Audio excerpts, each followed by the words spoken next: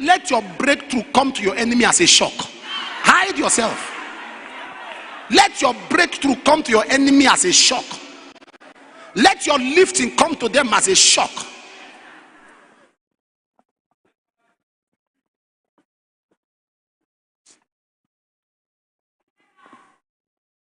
You are preparing to get married. They are not aware until the card is out. That's wisdom. They are not aware. You don't owe them an explanation. You mean you were planning this? I'm not aware. What will you contribute to it?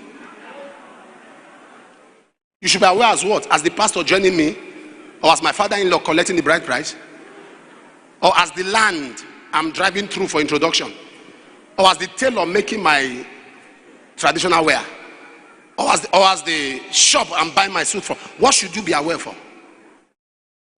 Hide yourself. And David saw death. This was a man who had an anointing on his life. The anointing on his life was upon him by a major prophet. Jesus, at infancy, as a child, God said to Joseph, take this child and run. Because even divinity at infancy was vulnerable.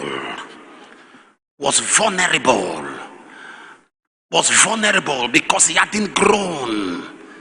It was vulnerable at infancy, was exposed at infancy, was not protected at infancy. There are times to take your enemies by surprise. Child of God, every man who is great, every man that will see greatness must give the enemies what I call element of surprise. Am I talking to somebody here? Element of surprise.